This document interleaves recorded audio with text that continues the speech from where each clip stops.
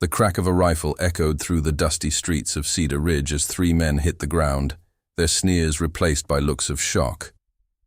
Above them stood Eleanor Blackwood, her silver hair gleaming in the morning sun, rifle unwavering. I warned. "You boys," she said quietly, working the lever action with practiced ease. "This old widow's done being mocked. Before we dive deeper, tell us where you're watching from, and if this story speaks to you, make sure you're subscribed. Tomorrow's tale is one you won't want to miss." Before we jump back in, tell us where you're tuning in from, and if this story touches you, make sure you're subscribed, because tomorrow I've saved something extra special for you. The year was 1878, and Cedar Ridge, Arizona Territory, was a town caught between the old ways and the new. My name is Eleanor Blackwood, though. Most folks around here took to calling me the Widow Blackwood these days. It's funny how a person's whole life can be reduced to their losses, defined by the empty space where love used to be. 6 months ago, my world was different. Robert Blackwood, my husband of 23 years, was the finest marksman this side of the Mississippi. Our shooting range and training school sat at the edge of town, a testament to his legendary skill and patience. I'd watch him work with students for hours, his hands steady as he taught them the art of marksmanship, turning nervous novices into confident shooters. "Feel that balance, Ellie," he'd say in our private lessons, positioning a Winchester just so against my shoulder. "Every rifle has its own voice, its own spirit. You've got to learn to listen." I'd smile and absorb his teachings, more out of love for the man than any real interest in the craft. But Robert insisted on training me personally, spending countless hours honing my skills until I could match him shot for shot. Life had a simple rhythm back then. Mornings meant opening the range together, the smell of coffee mixing with gun oil and leather. Afternoons brought a steady stream of students, cowboys looking to improve their aim, lawmen seeking advanced training, settlers wanting to protect their homesteads. Robert knew them all, knew their stories, their struggles, their dreams. And I learned too, though I didn't realize how deeply until later. I learned how a properly tuned trigger breaks like crystal, clean and sharp. How a well-balanced rifle becomes an extension of your body, as natural as breathing. The importance of maintaining your weapons with the same care you'd give a prized horse. But most importantly, I learned to read people, to see the tension in their shoulders before they fired, to hear the truth or lies in their voices when they spoke about their intentions. The trouble rode into town wearing expensive boots and carrying Easton money. Victor Thorne was his name, and he brought with him a gang of hardened men who'd made their reputation in the Kansas territories. They came to Cedar Ridge like a drought, slowly at first, then all at once, leaving devastation in their wake. Thorne's men began buying up businesses, offering protection that nobody had asked for, making threats dressed up as friendly advice. We watched as proud shop owners became mere tenants in their own establishments. The Golden Nugget Saloon, which had been in the Miller family for 2 generations, now poured whatever rotgut whiskey Thorne's suppliers sent at whatever prices they demanded. Those who refused found themselves facing mysterious accidents. Broken windows, spooked horses, merchandise that somehow spoiled overnight. Robert was one of the first to stand against them. When Sebastian Cross, Thorne's right-hand man, came demanding insurance payments, my husband looked him dead in the eye and said, "The only thing this town needs protection from is men like you." That crisp autumn morning changed everything. The air held the first bite of winter, and Robert was at the range early, preparing for a class. I was making breakfast when I heard the shot. Just one. By the time I reached the range, Robert lay motionless on the packed earth, and Cross stood. Over him, gun still smoking. "Terrible accident," he said with a serpent smile. "Seems your husband was demonstrating proper weapon handling and had himself a mishap. Dangerous business, teaching folks about guns." I didn't scream. I didn't cry. Something inside me went very still and cold. I stood there, memorizing every detail of Cross's face, the jagged scar along his jaw, the dead look in his pale eyes, the way his mouth twisted when he smiled.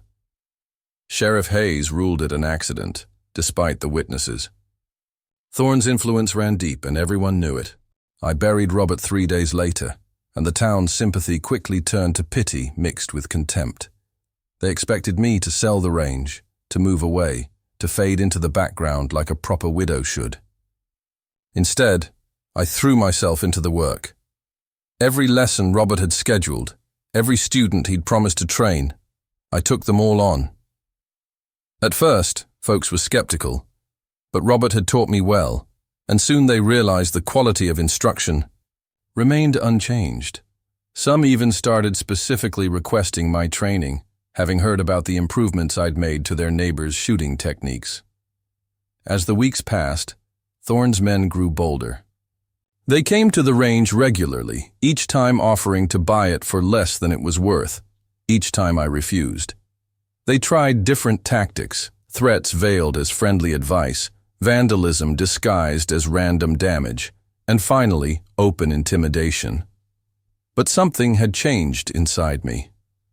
Each night I would stay late at the range, practicing everything Robert had taught me, his voice echoing in my memory. A gun is just a tool, Ellie. It's the person holding it that matters. Then came the day that would change everything again. Cross returned to the range, flanked by 2 of his newest recruits, young guns with hard eyes and quick tempers, eager to prove themselves to Thorne's organization. Mrs. Blackwood, Cross drawled, deliberately tracking mud across the clean floorboards. Still keeping your husband's little hobby alive, I see, though your student numbers are looking mighty sparse. He wasn't wrong.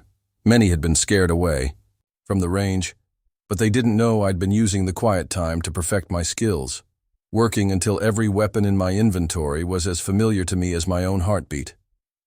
A woman alone in these parts, Cross continued, picking up one of Robert's prized revolvers with careless hands.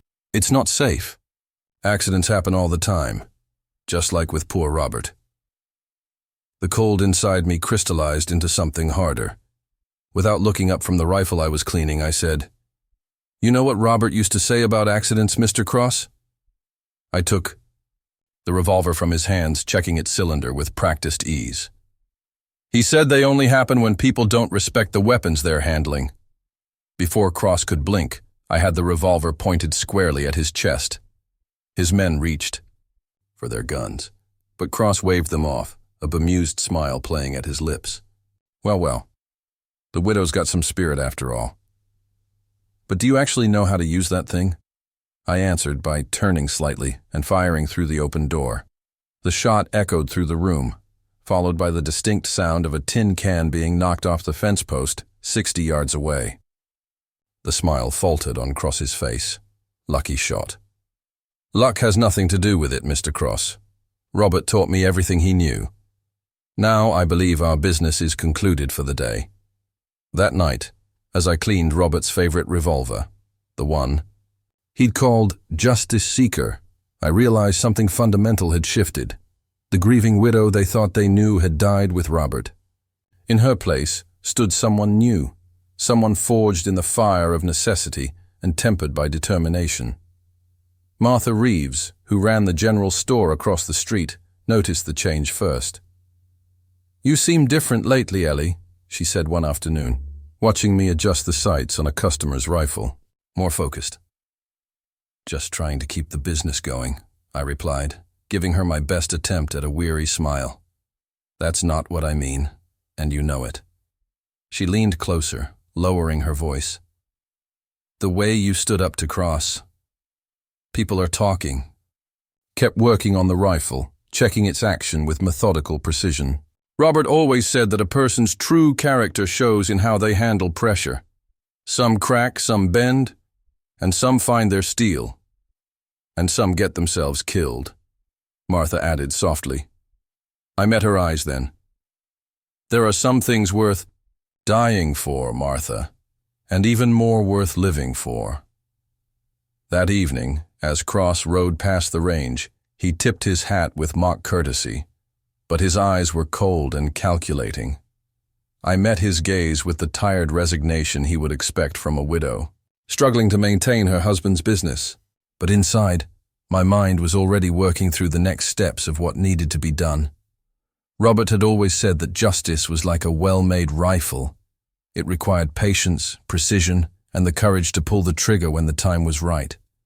As I watched Cross ride away, I silently thanked my husband for teaching me both.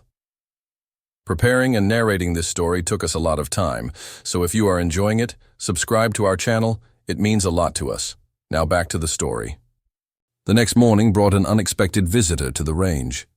Sheriff Hayes entered, just as I was finishing with my first customer of the day, his badge gleaming dully in the morning light. I hadn't seen him since Robert's funeral, where he'd offered hollow condolences and empty promises of justice. "Mrs. Blackwood," he said, removing his hat, "we need to talk about your recent activities." I continued organizing my workbench, laying out tools with deliberate care. "What activities would those be, Sheriff?" "People are talking about your confrontation with Cross. Some say you threatened him." He shifted uncomfortably, thumbs hooked, in his gun belt. "That's not wise, Ellie. Not wise at all." "Interesting how threats work in this town, Sheriff." I kept my voice neutral, steady. "When Thorne's men do it, it's business. When I defend myself, it's a problem." Hayes moved closer, lowering his voice. "Eleanor, I knew Robert. He was a good man, but his stubbornness—" He paused, choosing his words carefully. "Some say it got him killed." The cleaning rod in my hands creaked as my grip tightened. "Is that what you're going to say, Sheriff? That he brought it on himself by not giving in to criminals?" "That's not what I—" "Then what exactly are you saying?" I turned to face him fully. "Because from where I stand, the law in this town seems to work differently depending on who's breaking it." Hayes's face hardened. "Be careful, Mrs. Blackwood. I'd hate to see anything happen to you. Like what happened to Robert." "Like what happened to Robert?" I echoed softly. "You mean another accident that you won't investigate?" He replaced his hat, jaw tight. "This is your only warning, Eleanor. Don't make enemies you can't handle." After he left, I pulled out Robert's old ledger. Behind the business accounts, I'd started keeping track of everyone in town, who was loyal to Thorne, who might be willing to help, who was simply trying to stay neutral. Hayes's name moved firmly into the first column. Later that afternoon, Deputy Cooper slipped into the range when no one was around. Samuel Cooper was young, new to his badge, and one of the few in law enforcement who'd shown genuine sympathy after Robert's death. "Mrs. Blackwood," he said quietly, glancing over his shoulder, "there's something you should know. Thorne's planning something big, a shipment coming in, something that'll solve all our problems permanently." Those were his exact words. I checked. The prime on a customer's revolver, considering this. "What kind of shipment?" "Don't know exactly, but I've seen his men preparing the old Miller barn outside town. Setting up guards, reinforcing the doors. Whatever it is, they're mighty keen on keeping it secret." "When?" 3 days. Through Shadow Canyon." He hesitated. "Mrs. Blackwood, they're worried about you. About what you might do. I've heard them talking. Cross wants to make an example, but Thorne, he's got other plans." I thought about the way Thorne operated, how he preferred to corrupt rather than destroy. "He thinks he can buy me out? Turn me like the others?" Cooper nodded. "Says everyone. Has a price, that it's just a matter of finding the right leverage." He stepped closer, voice dropping further. "There's more. Dr. Sarah Mitchell. She did the examination of Robert's body. Says there's something about the official report that doesn't match what she found." This was new. "What do you mean?" "She wants to tell you herself. Says it's not safe to trust anyone these days, even—" He touched his badge meaningfully. "If you want to know more, she'll be at her office after sunset. Use the back door." I studied him carefully. "Why are you helping me, Deputy?" He straightened, and for a moment, I saw steel beneath his boyish features. Because I became a lawman to protect people, not help thieves and murderers steal everything they've built.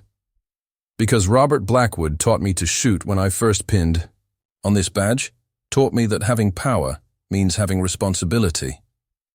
His hand fell to his gun, a weapon I recognized. I'd helped Robert customize it for the young deputy. Everything I know about handling this, I learned from him. And the way he died, it wasn't right. After Cooper left, I thought about what he'd said. A shipment coming in through Shadow Canyon. Dr. Mitchell with information about Robert's death. Thorn making plans. The pieces were starting to move, but toward what? I remembered something Robert used to say during our lessons. A good shot isn't about just seeing what's in front of you. It's about reading the wind, the distance, and understanding how all the pieces work together. Miss one detail, and you'll miss the target completely. That evening, as I closed up the range, I noticed Cross watching from across the street. He sat his horse with casual menace, a warning in his cold eyes. I met his gaze calmly, playing the role of the cautious widow. Let him think his threats were working. Let him think I was cowed. But as I cleaned and checked my weapons that night, I remembered something else Robert had taught me. The most dangerous shot, he'd said, isn't the first one. It's the one you take when everything's gone wrong and you have to improvise. As darkness fell over Cedar Ridge, I prepared for my meeting with Dr. Mitchell, knowing that whatever information she had might change everything. Robert's voice whispered in my memory. Remember, Ellie, when you're hunting something dangerous, sometimes you have to let it think it's hunting you. I checked Justice Seeker one last time, its weight familiar and comforting. The time for playing. The grieving widow was coming to an end. Soon, Thorne and his men would learn exactly what else Robert had taught his wife. The back alleys of Cedar Ridge were pitch black as I made my way to Dr. Mitchell's office. Robert's voice guided me through the darkness. Move like you belong, but always be ready. Justice Seeker rode snug against my hip, hidden beneath my shawl, and a derringer was strapped to my ankle, another of Robert's lessons about always having a backup plan. The doctor's office was dark, but a faint light flickered from the back room. I knocked softly. 3 taps, pause, 2 taps, the pattern Cooper had specified. Sarah Mitchell opened the door quickly, ushering me inside. She was a small woman with keen eyes and steady hands, one of the few female doctors in the territory. Mrs. Blackwood, she whispered, leading me past shelves of medical supplies. Thank you for coming. We don't have much time. What did you find, Doctor? What was wrong with the official report? She pulled out a thick folder, hands trembling slightly. The bullet that killed Robert. Sheriff Hayes claimed it came from the front, supporting Cross's story about an accident during demonstration. But the entry wound. She spread out several detailed drawings. The bullet entered from behind, slightly left. Your husband was shot in the back. The cold inside me grew sharper. You're certain? Absolutely. There's more. The bullet I removed. She produced a small lead slug in a glass vial. It's not from a standard revolver. This is from a Derringer, a very specific model. One I've removed from 2 other accident victims in the past year. Cross's backup weapon, I breathed. Robert had mentioned it once, a custom Derringer Cross kept in his left sleeve. Mrs. Blackwood, Eleanor, I've been keeping records, notes about injuries, deaths, things that don't add up. The Miller boy's fall from his horse after his father refused to sell the saloon. Jack Turner's hunting accident when he talked about organizing the ranchers. It's all connected. A floorboard creaked somewhere in the front of the building. Sarah froze, eyes wide, boots scraped on wooden steps. Someone was coming up to the office. Hide, I whispered, drawing Justice Seeker. Quick! Sarah slipped into a supply closet. Just as the front door opened, I pressed myself against the wall beside the examination room's entrance, Robert's training taking over. Control your breathing, his voice whispered in my memory. Let your ears be your eyes. Check the back, a rough voice ordered. Boss wants to know what the good doctor's been sharing. 2 sets of footsteps separated, one moving toward us. I waited, counting steps, timing it just as Robert had taught me. The man who entered was young, probably one of Thorne's newer recruits. He had just enough time to register my presence before Justice Seeker's barrel pressed against his temple. Drop. It, I ordered quietly as he reached for his gun. Nice and easy. Jake, you find anything? The other man called. Tell him no, I whispered. Then we're all going to walk out of here real careful like. But Jake had other ideas. He knocked my gun aside and lunged, faster than I'd expected.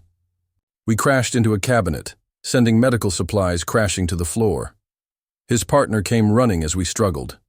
I managed to land a solid blow to Jake's throat, sending him staggering back, but the other man was already in the doorway, gun raised.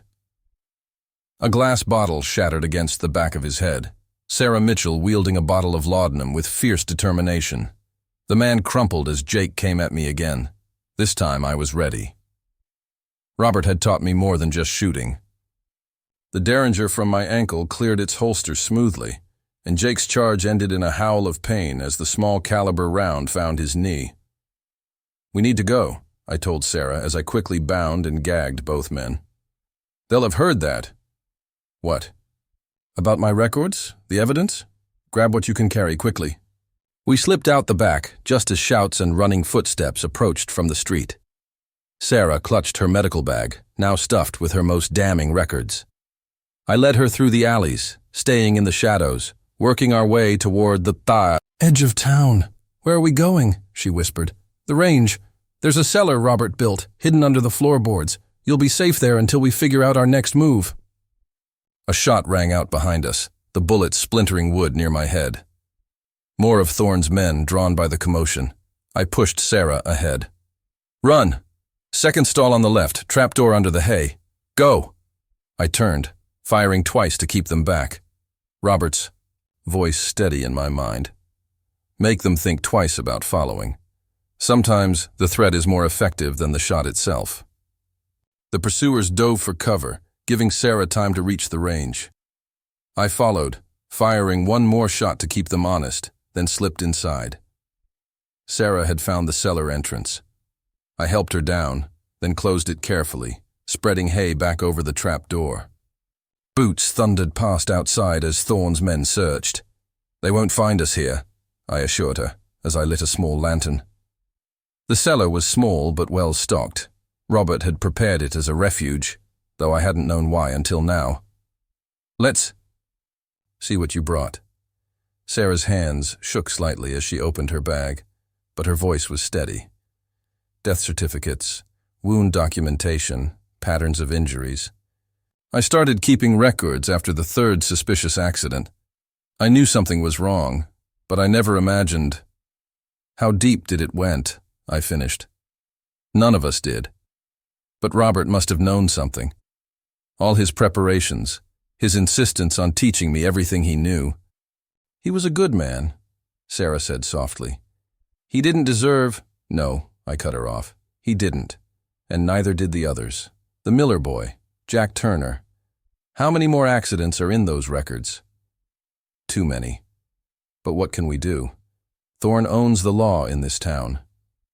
I thought about Deputy Cooper's warning about the shipment coming to Shadow Canyon, about the pieces falling into place. Maybe not all the law, and maybe not for much longer. Sarah studied me in the lantern light. You're planning something. Robert used to say that the best shot is the one your target never sees coming. I began examining her records more carefully. They think they're hunting us, but they just showed their hand. They're scared of what you know, what you can prove, and scared men make mistakes. Outside, we could hear Thorne's men still searching, their frustration evident in their voices.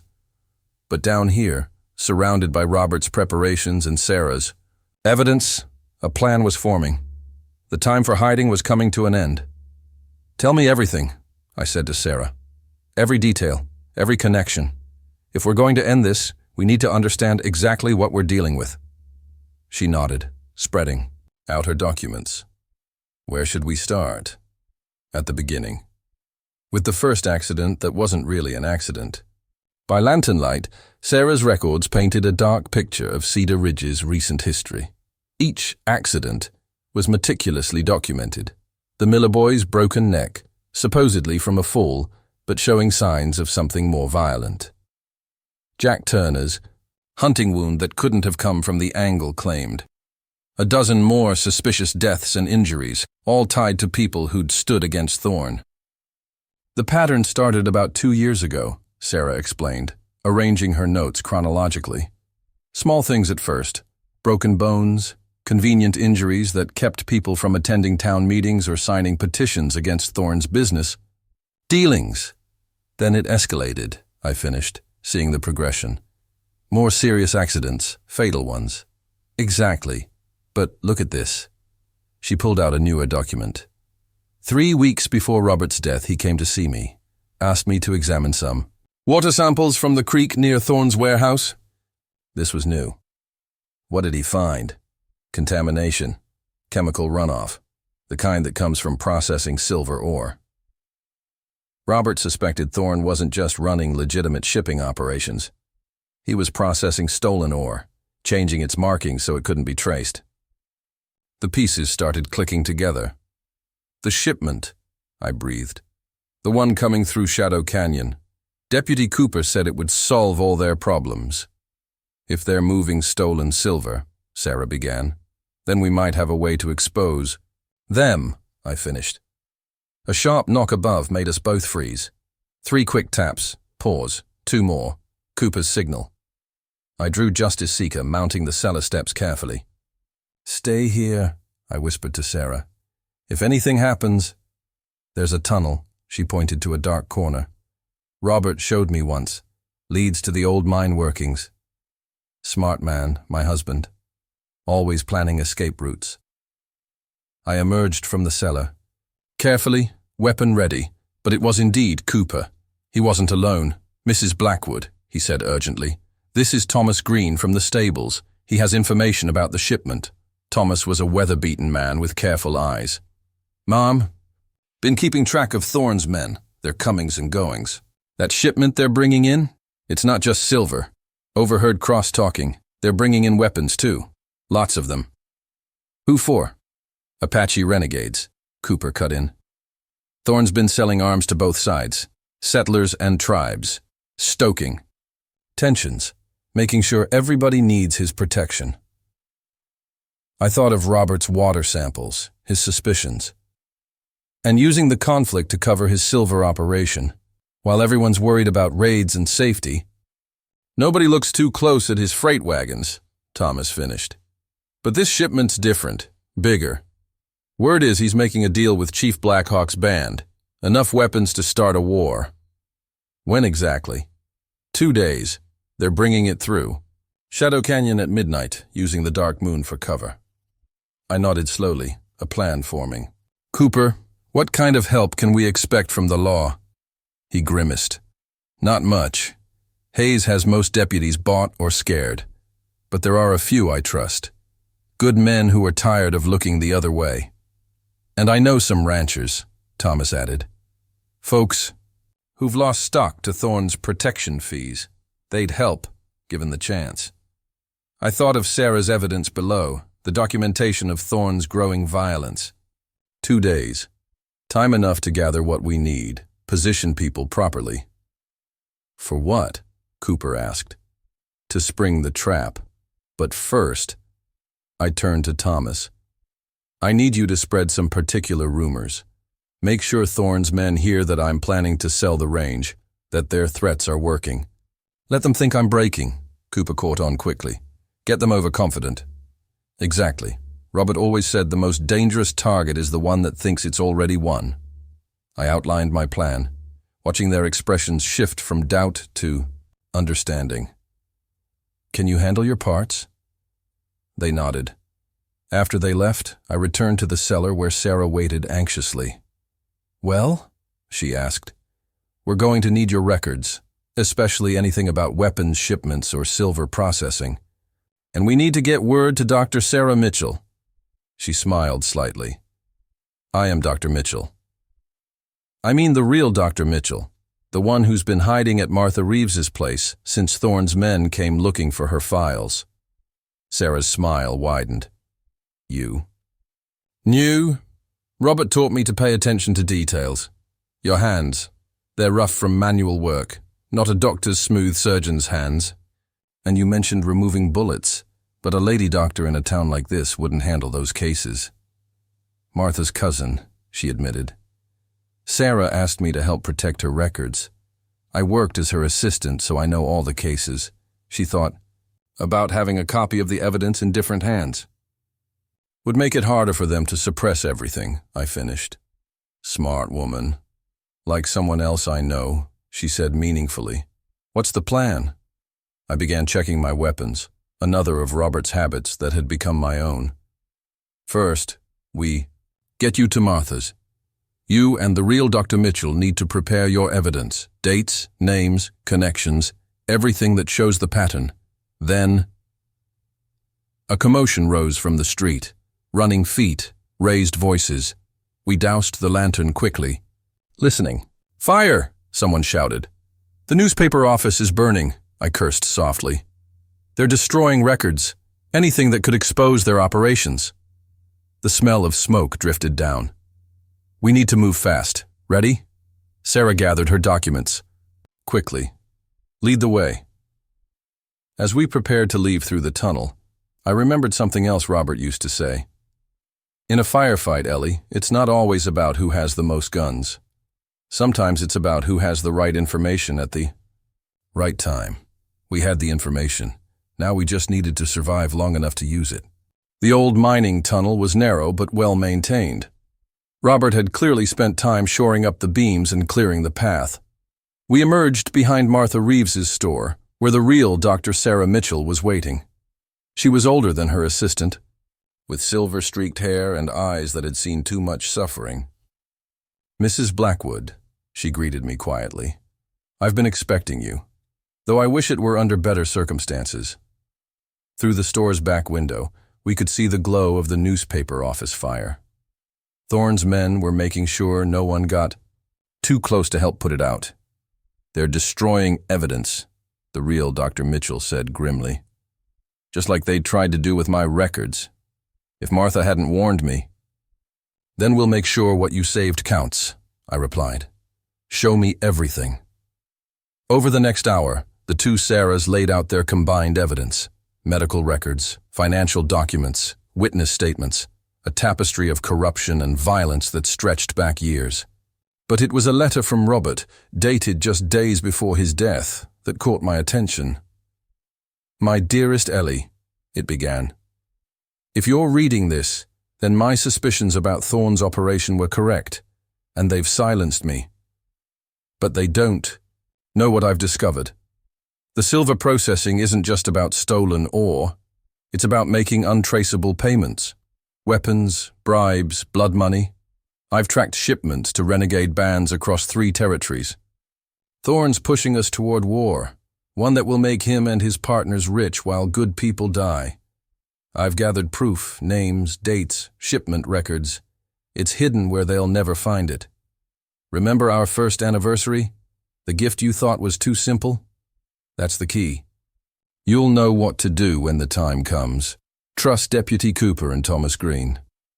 They're part of a network I've built, honest men and women working to expose the truth. And Ellie, everything I taught you, every lesson, every skill, it wasn't just about shooting. It was about preparing you for this fight. You're stronger than you know, smarter than they'll expect. Make them regret underestimating you. All my love, Robert. My hands trembled slightly as I folded the letter. Our first anniversary gift, a simple wooden box Robert had carved himself, with a false bottom I'd never discovered. All this time, it had been sitting on our mantel, holding his most damaging evidence. The fire's spreading, Martha reported from the window. They're making sure it reaches the land office next door. All those property records. That's not an accident, I said. They're erasing the paper trail of their takeover, which means they're getting ready to move, Dr. Mitchell finished. The weapons shipment. Is their endgame? I nodded. Once those weapons reach the renegades, there's no stopping the war they want. I turned to Martha. We need to get word to Cooper and Green. Tell them to gather everyone they trust. 2 days isn't much time, but a sharp knock interrupted us. Martha's daughter Jane burst in through the back door, out of breath. Riders coming, she gasped. Cross and his men. They're searching buildings, looking for Dr. Mitchell's records. Already torn up Jenkins' place. The tunnel, I started, but Martha shook her head. They'll find it. We need something better. She moved to a display shelf, pulling it aside to reveal another hidden door. Root cellar. Goes deep. Robert helped me modify it last year. Of course he had. My husband's preparations were everywhere, a web of safety nets and escape routes I was only now discovering.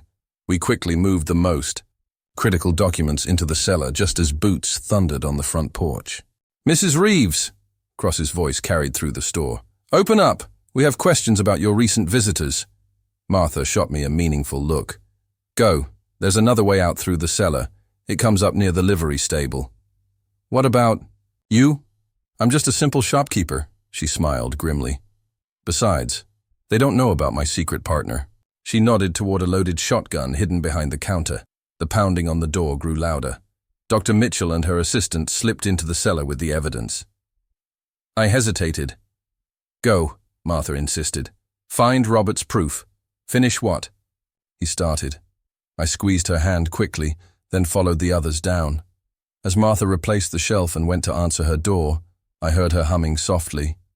Amazing grace. Our signal that meant she'd handle things her way. The root cellar turned into another mining tunnel, this one narrower and rougher than the first.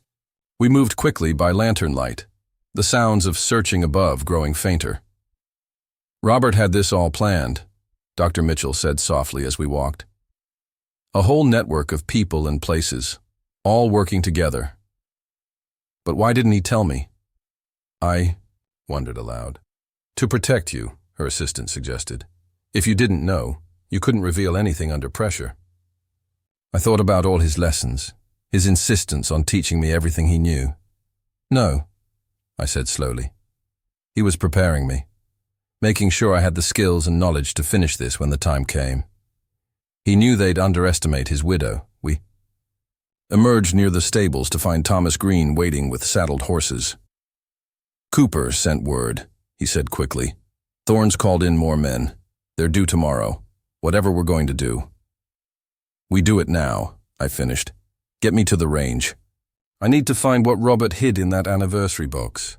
As we mounted up, a shotgun blast echoed from Martha's store, followed by cursing and the sound of breaking glass.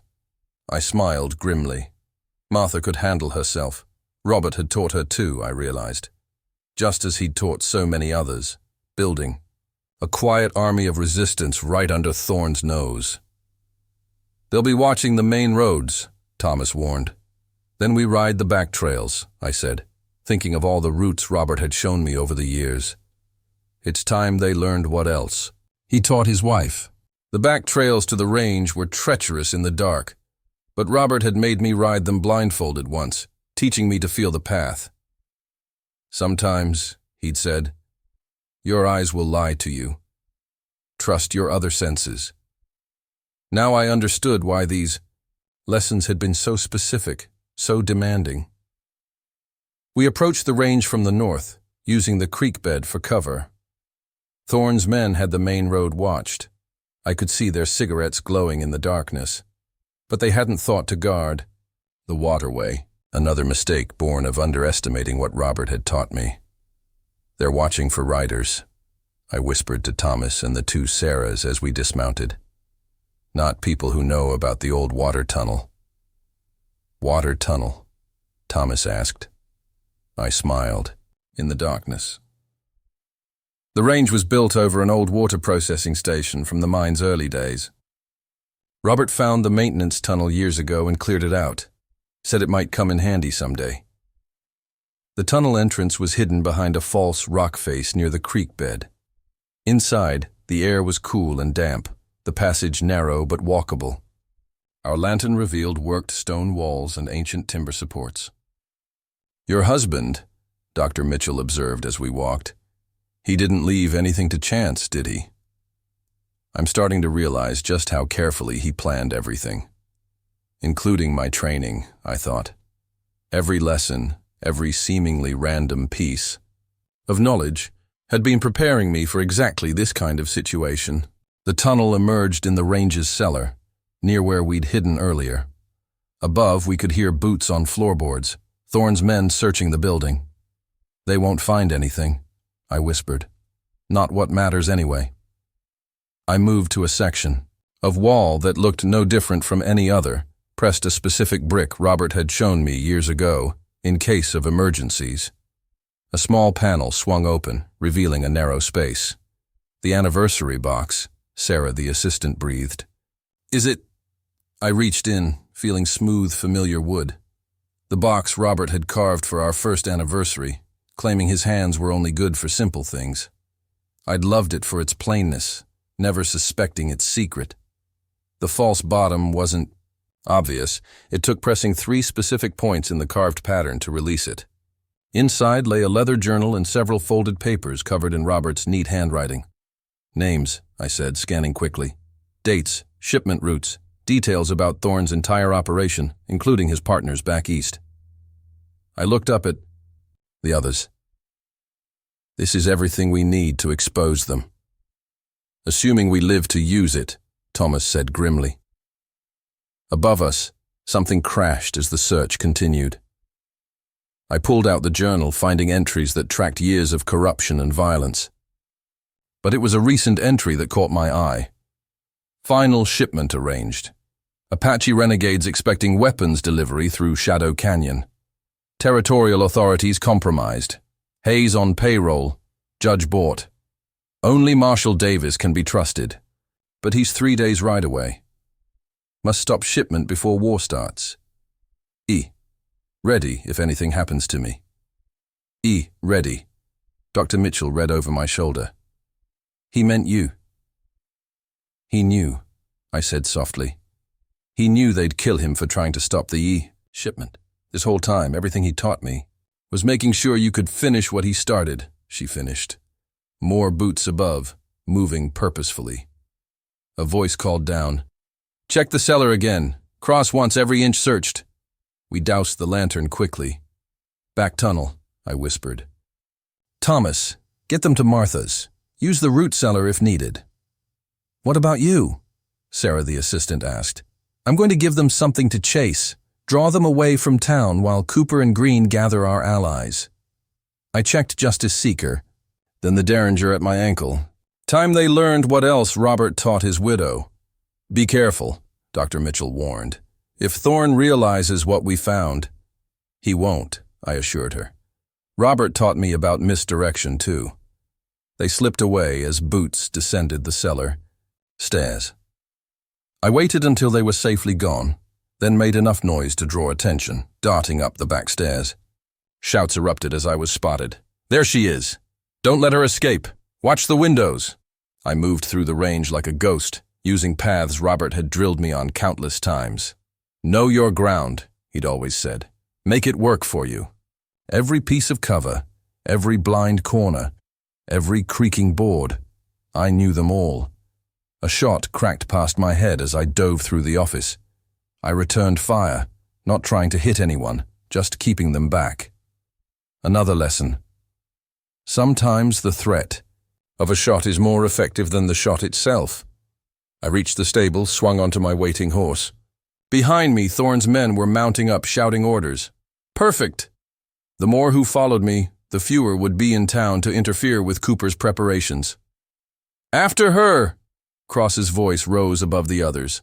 "Don't let her reach town!" I smiled, grimly as I rode into the darkness. They thought I was running for town, taking the obvious escape route.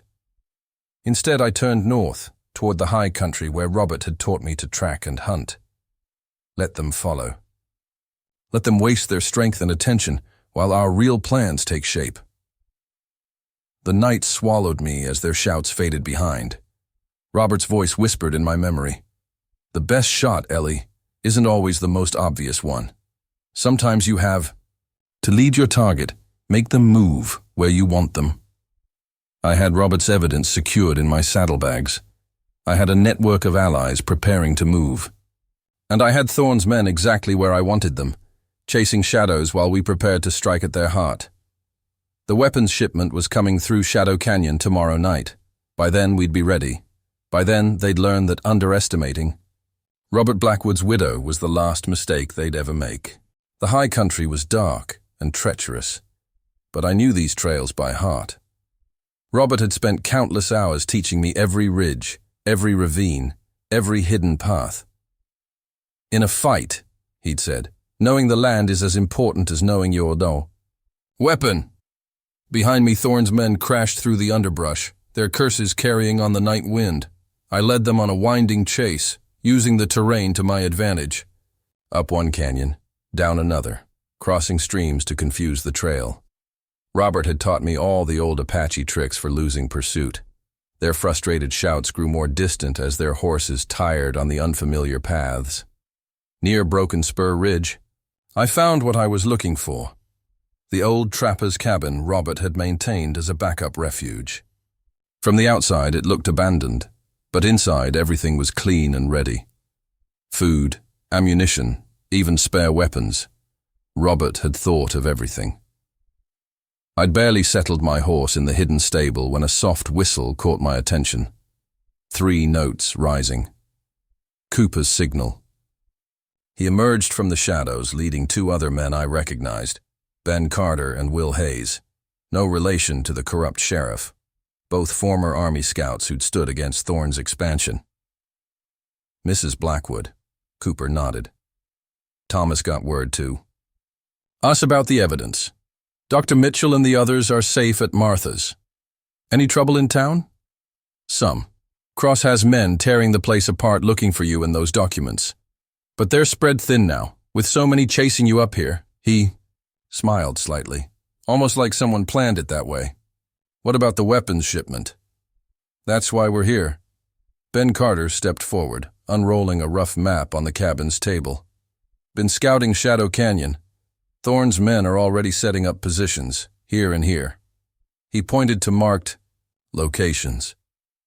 They're expecting company besides just the weapons wagon. The Apache renegades, I guessed. Will Hayes nodded grimly. Blackhawk's band, about 20 warriors. They'll come through this draw here, planning to meet the wagon at midnight. I studied the map, remembering Robert's lessons about terrain and tactics. Show me where Thorne's men are positioned exactly. They'd placed guards at the obvious points, the canyon mouth, the high ridges. But they'd missed something, an approach Robert had shown me years ago. There's another way in, I said, tracing a line on the map. An old mine shaft that comes out behind this ridge. The Apache used it during the last uprising. Cooper whistled softly. That could work. Get behind their positions. But we'll need more men, Ben Carter cautioned, even with the element of surprise. How many can we count on? 8, maybe 10 solid men from the ranches, Cooper replied. All good with a rifle. Thomas is gathering more. Martha's got 4. Brothers, Will added. Mean as snakes in a fight. They're in.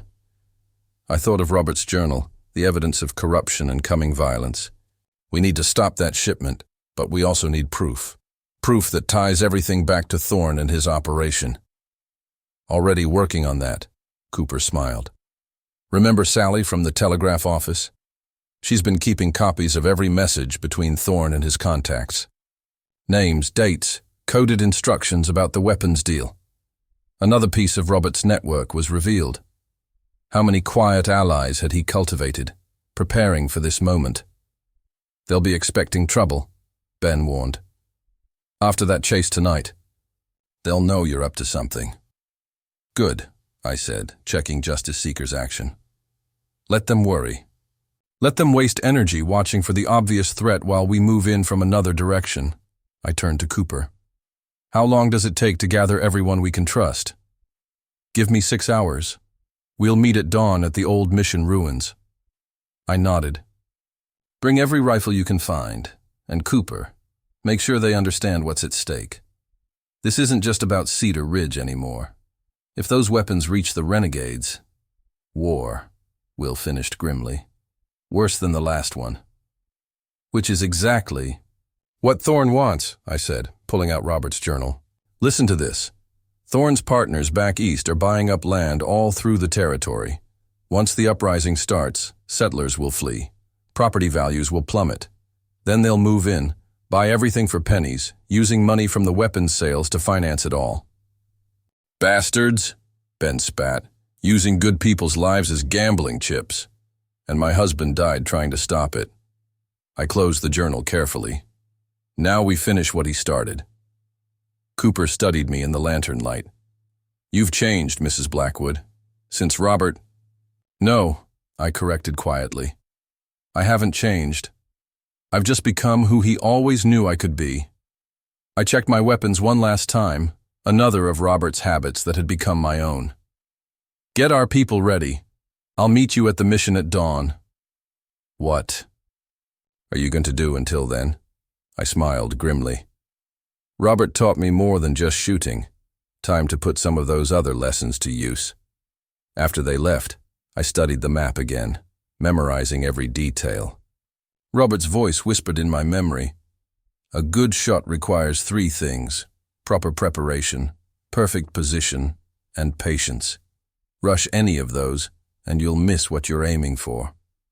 Through the cabin's window I could still hear Thorns. Men searching in the darkness, growing more frustrated by the hour. Let them waste their time and energy. Dawn would bring our real move, from a direction they'd never expect. I checked my ammunition, then began cleaning my weapons methodically.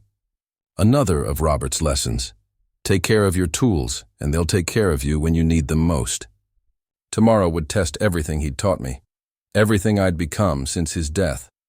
The widow they thought they knew, the one they'd dismissed as helpless, was about to show them just how deadly underestimating her could be. Dawn painted the mountains gold as I approached the old mission ruins. The crumbling adobe walls held memories. This was where Robert had first taught me to shoot long-range targets. Patience, he'd said, adjusting my grip on the rifle. Let the shot come to you. Now those same walls would shelter our resistance. Cooper had been busy. Nearly 20 riders waited in the mission's courtyard, their horses carefully hidden from the valley below. I recognized faces from surrounding ranches, a few miners who'd lost claims to Thorne's manipulation, and Martha's brothers, big, quiet men with weathered faces and well-worn rifles. Mrs. Blackwood, Thomas Green stepped forward, got news from town. Thorne called in every man he could find. They're offering double wages for anyone willing to ride tonight. How many? At least 30 that we've counted. More coming in on the morning stage. I nodded, unsurprised. The weapons shipment must be bigger than we thought. Cooper, what about the Apache? Scouts spotted Blackhawk's band camped in Thunder Valley. They'll move at sunset, aiming to reach Shadow Canyon by midnight. Any word from Dr. Mitchell? Safe at Martha's, with the evidence. But there's something else. He lowered his voice. Sheriff Hayes was seen riding hard for Fort Grant this morning. If he's warning the Army, then we're running out of time, I finished. The Army would love an excuse to move against the Apache. A weapons deal would give them all the justification they needed for a full campaign. I gathered everyone in the mission's old chapel. Sunlight streamed through the broken roof as I laid out Robert's map on an ancient altar. Shadow Canyon has 3 main approaches, I began, pointing out the routes. Thorne's men will expect us to come from either the north or south rim. That's where they'll concentrate their forces. What about the mine shaft you mentioned? Ben Nye. Carter asked. Here. I indicated the hidden entrance. It comes out behind this ridge. 4 men with rifles there could hold off 20. If we can get into position without being seen, Will Hayes cautioned, we'll create a distraction. I turned to Martha's brothers. How good are you with dynamite? The eldest brother, John Reeves, grinned. Worked at the mines for 15 years. Can make it dance if needed. Good. Because we're going to give them something to worry about besides watching their backs. I outlined the plan, watching their expressions shift from doubt to understanding. It was risky, but as Robert always said, sometimes the best shot is the one your target never sees coming. What about the Apache? Someone asked. We can't take on Blackhawk's warriors and Thorne's men. We won't have to. I pulled out a letter from Robert's journal. Blackhawk's no fool. Look at this. Correspondence between him and Robert from 6 months ago. He suspected Thorne was playing both sides, using the weapons deals to push the territory toward war. He just needed proof. You're saying the Apache chief was working with your husband? Thomas asked, incredulously. Robert built relationships everywhere, with anyone who wanted justice. Blackhawk's people have suffered from Thorne's manipulations as much as anyone. More, maybe. So what's the play? Cooper asked. We get proof of Thorne's double-dealing to Blackhawk before the deal goes down. Show him how he's being used. Turn Thorne's own plan against him. And if that doesn't work, then we do this the hard way. I checked Justice Seeker's action. But either way, that weapons shipment never reaches its destination. We spent the next hour planning positions, coordinating signals, making sure everyone knew their part. Martha's brothers would handle the explosives, creating diversions to pull Thorne's men away from their posts. Cooper's group would take the high ground, providing cover fire. Thomas and his ranch hands would block the canyon, exits preventing escape. And you? Cooper asked as the others began preparing.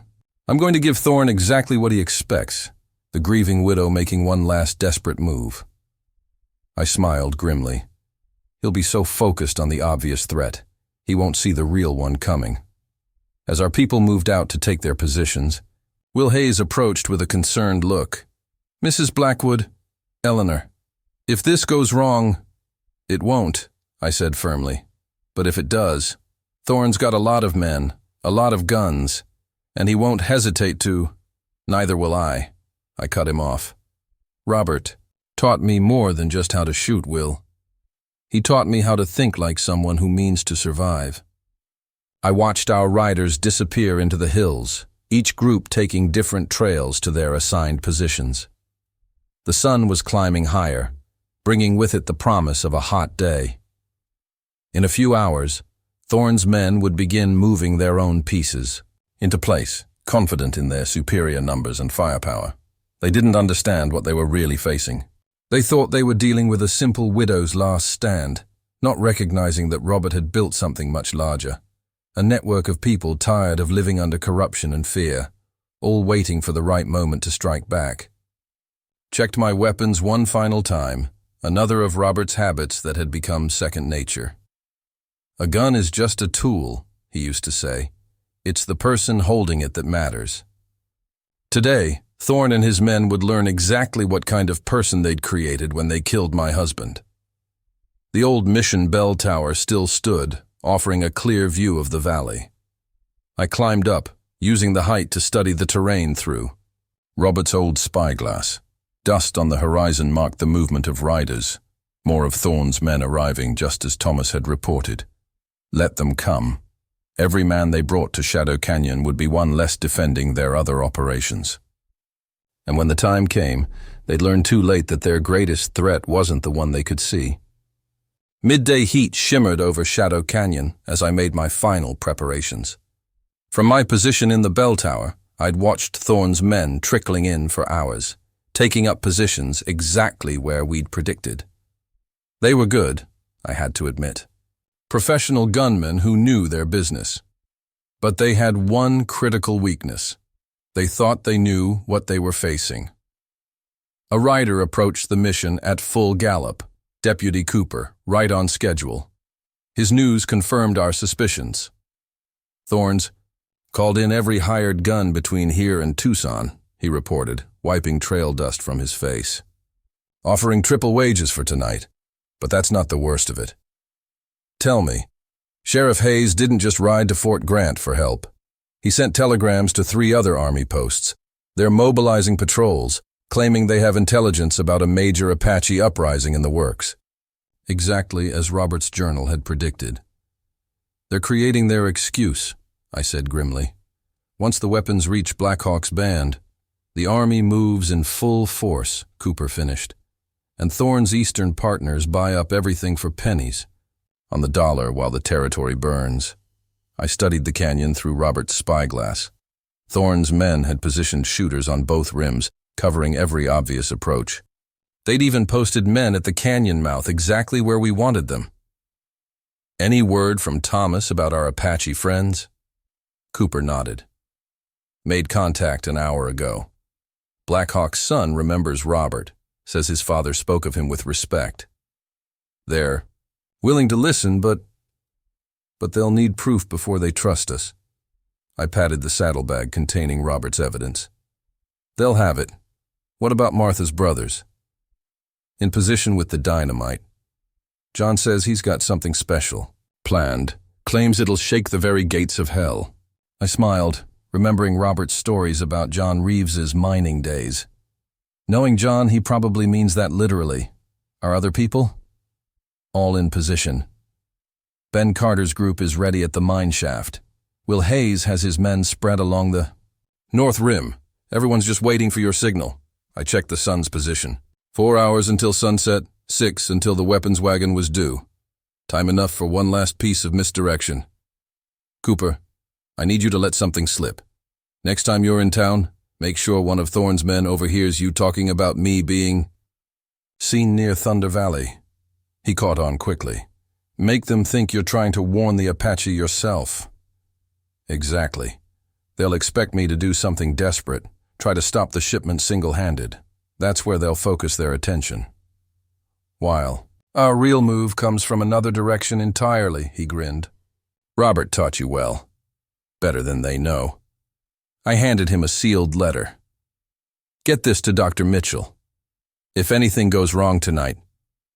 Nothing's going wrong, he said firmly, but took the letter anyway. After Cooper rode out, I made my final checks. Justice Seeker was cleaned and loaded, the Derringer snug against my ankle. Extra ammunition distributed precisely where Robert had taught me to keep it. Everything in its place, every movement practiced until it was instinct. Glint of light from the canyon caught my attention. Through the spyglass, I spotted Sebastian Cross directing men into position. Just watching him, remembering his smirk as he stood over Robert's body, made my trigger finger itch. But Robert's voice whispered in my memory. The most dangerous shot isn't the one taken in anger, Ellie. It's the one taken in cold calculation. Movement at the canyon's southern end drew my attention. A rider approached Cross's position. Victor Thorne himself coming to oversee his operation personally. Perfect. Having both of them here tonight would make things simpler. I thought about the path that had led to this moment. 6 months ago, I'd been content as a gunsmith's wife, learning Robert's lessons more out of love than any real interest. Now those same lessons were about to change everything. The sound of horses approaching interrupted my thoughts. Through the spyglass, I spotted Martha Reeves riding hard with her youngest son, Billy. Riders coming in from the east, she reported breathlessly as they dismounted in the mission courtyard. At least 15 men well armed, led by a man in an army officer's uniform. You're sure about the uniform? Positive, but something's not right about them. Billy recognized 2 of the riders, used to work for Thorne back in Kansas. Mercenaries in army uniforms. Another piece of Thorne's. Plan clicking into place. When the fighting started, there would be witnesses to swear it was the Apache who struck first. There's more, Billy added. They're carrying extra rifles, new Winchesters, still in their crates. Sarah, the real Dr. Mitchell, says they match the shipment manifest from Robert's evidence, which meant the weapons wagon we were watching. 4 was just one part of the delivery. Thorne was moving his arsenal in pieces, using different routes to avoid attention. How long until they reach the canyon? 2 hours, maybe less, I thought quickly. This complicated things. But it also created an opportunity. Billy, ride to Cooper. Tell him we've got a second shipment coming in. Martha, find Thomas. We need to get word to Blackhawk's people about the change. As they rode out, I returned to studying the canyon. Thorne's men were still focusing their attention outward, watching for obvious threats. They had no idea that Robert's careful planning, his web of allies and preparations, was slowly closing around them. The afternoon sun cast long shadows across Shadow Canyon. In a few hours, those shadows would hide our people moving into position. And then Thorn, Cross, and all their men would learn what Robert had known all along, that sometimes the deadliest force isn't the one you're facing, but the one you never thought to fear. The sun was setting over Shadow Canyon, painting the rocks blood red, when Cooper returned with news that changed everything. "Army patrols," he reported tersely. "Real ones this time. Hayes's telegrams got their attention. They're mobilizing from Fort Grant, planning to sweep the whole area by dawn." "How many?" "2 full companies. The captains got orders to arrest any armed groups they found, settlers or Apache. This is a complicated matter. Once the army arrived, they'd have to handle everything by the book. Any evidence we gathered would end up locked in a military investigation that could take months to resolve. By then, Thorne's partners would have covered their tracks. We need to move faster, I decided. Get word to Martha's brothers. Tell them to start their diversion as soon as it's dark enough. And find Thomas. We need to warn Blackhawk's people about the army." "Already done." Cooper smiled slightly. "That's not all. Sally from the telegraph office got us something interesting." He handed me a crumpled paper.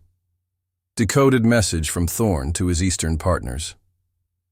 The message confirmed our worst fears. Final shipment proceeding as planned.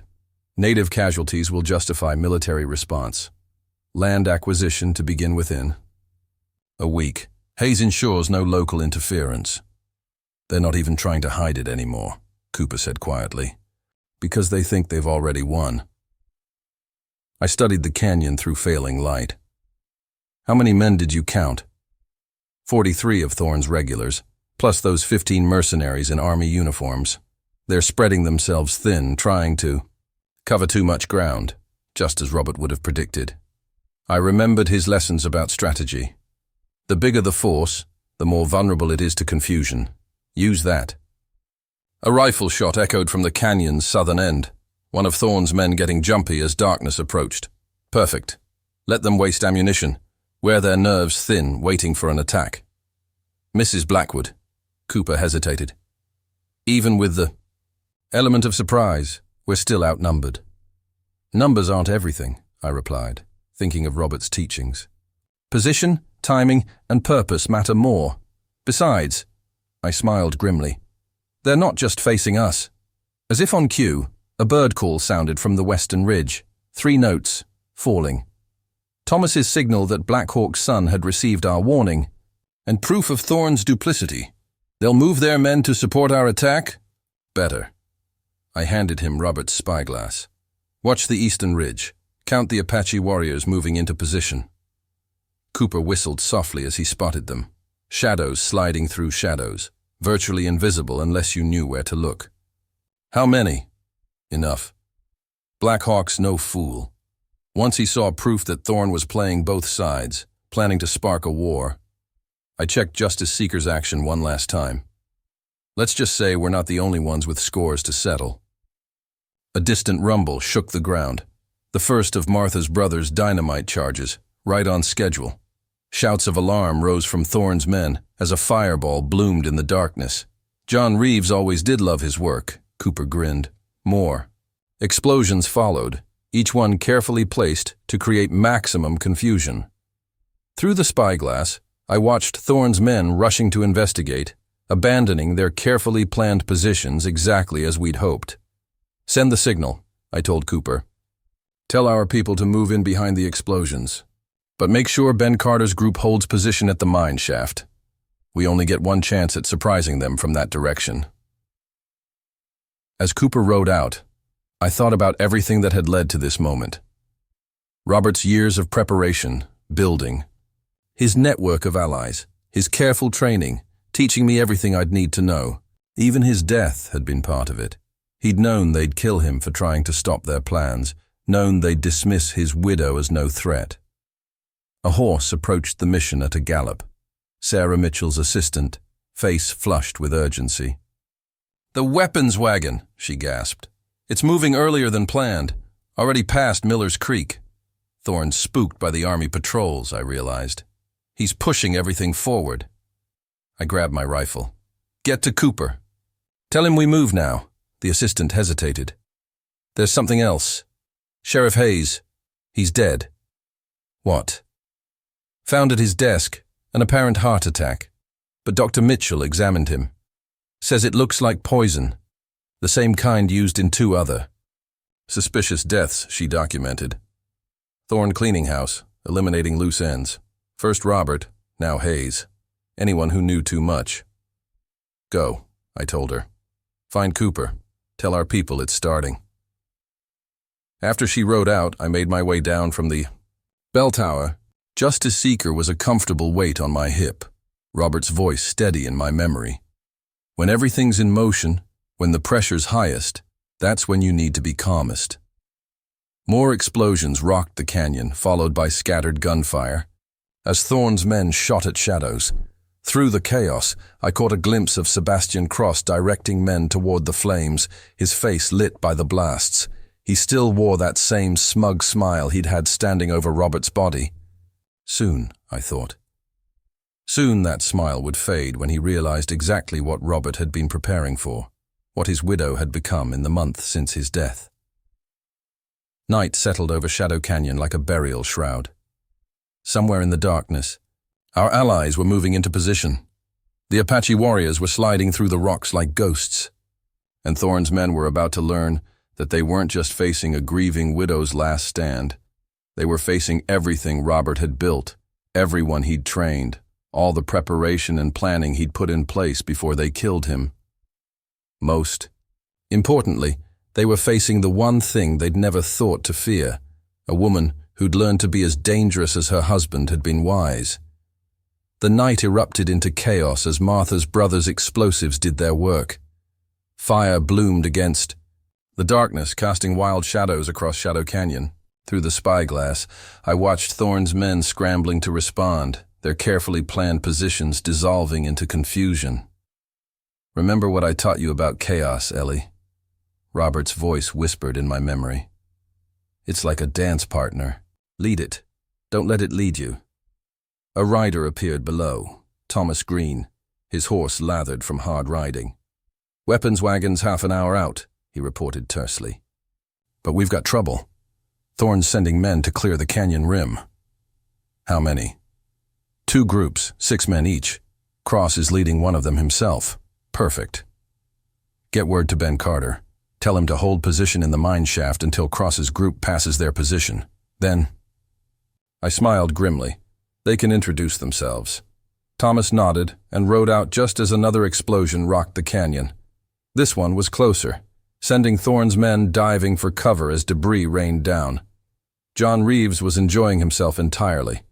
Too much. Through the chaos, I caught movement on the eastern ridge. Blackhawk's warriors sliding into position, invisible to anyone who hadn't been taught to look for them.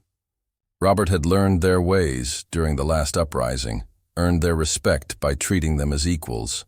Now that respect was paying dividends. A shot cracked out, followed by a cry of pain. The fighting had started. Through the spyglass, I watched.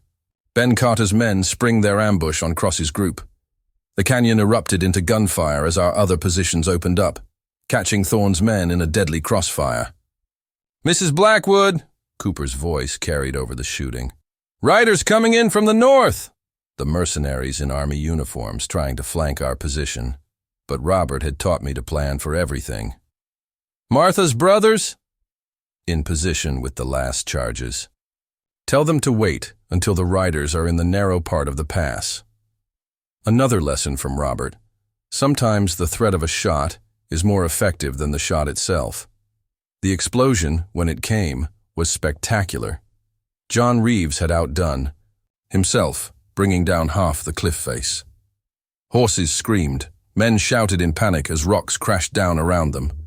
The pass was blocked, trapping the mercenaries on our side of the canyon. But there was no time to celebrate. More gunfire erupted from the south. The weapons wagon had arrived early, escorted by a dozen more of Thorne's men.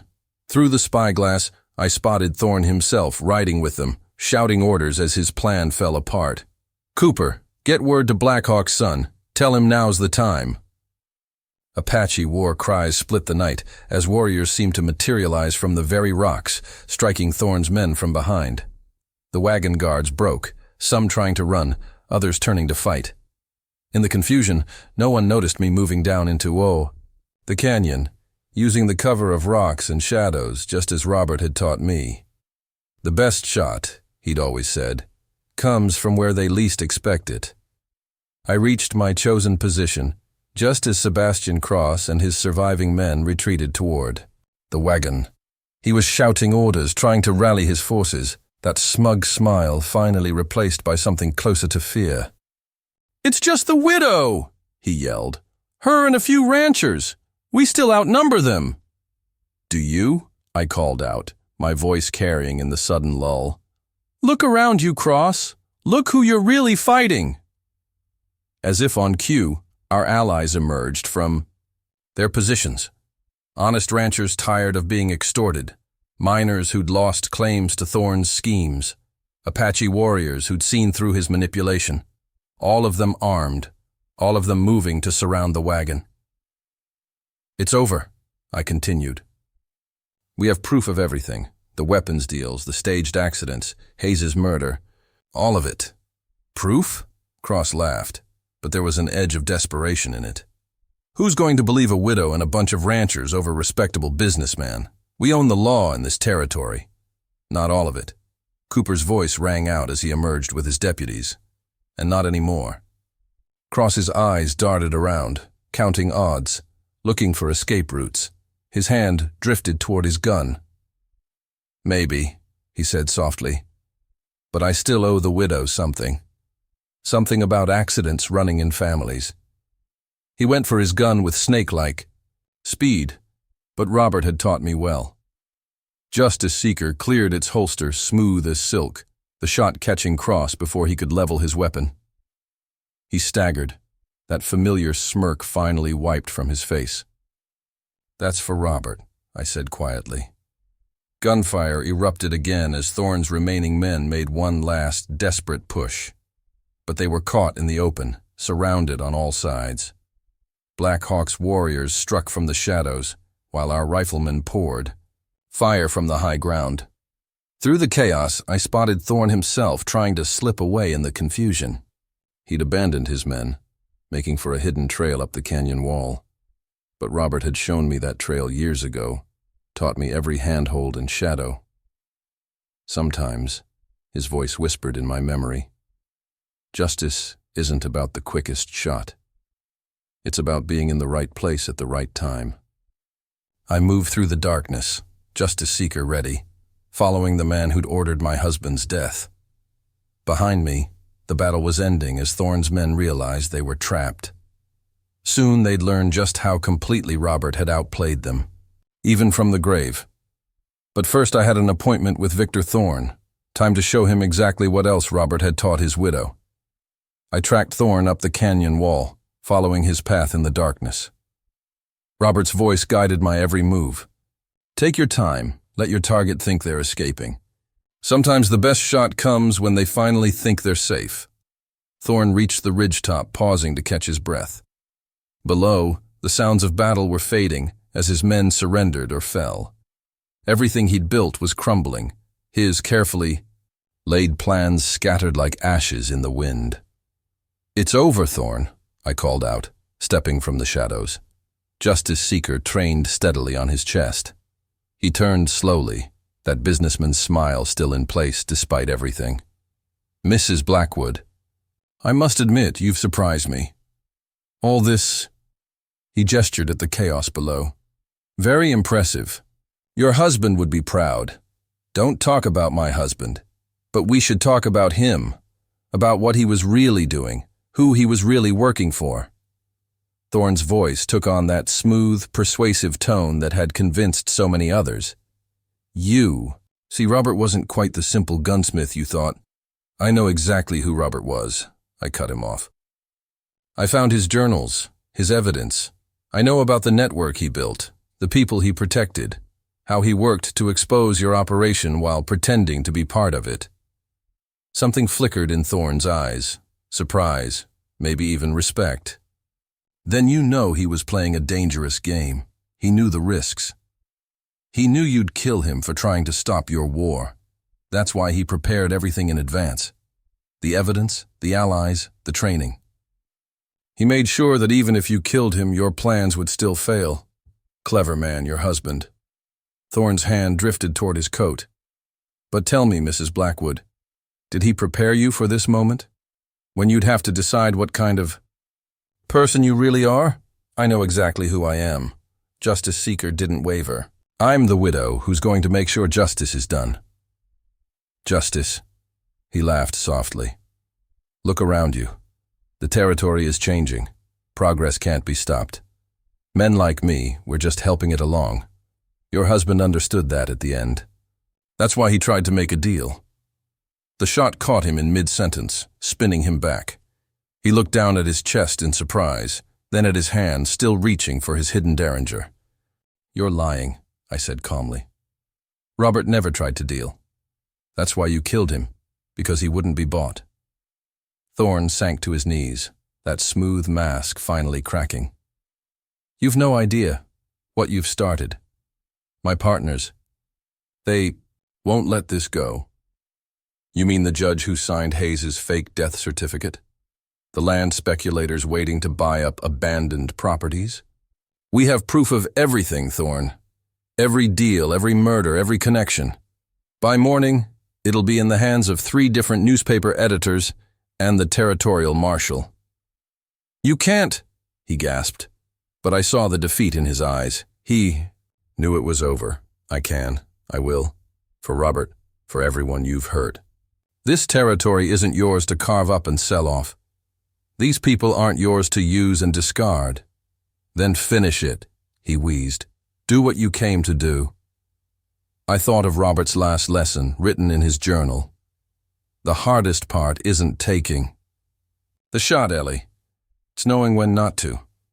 No, I said, lowering Justice Seeker. You'll face trial. Everyone will know what you did, what you planned. That's a better justice than a quick death. Dawn was breaking as we led the prisoners down from Shadow Canyon. Cooper and his deputies had secured the weapons wagon and rounded up the surviving gunmen. Blackhawk's warriors had melted away, their part in the night's work done.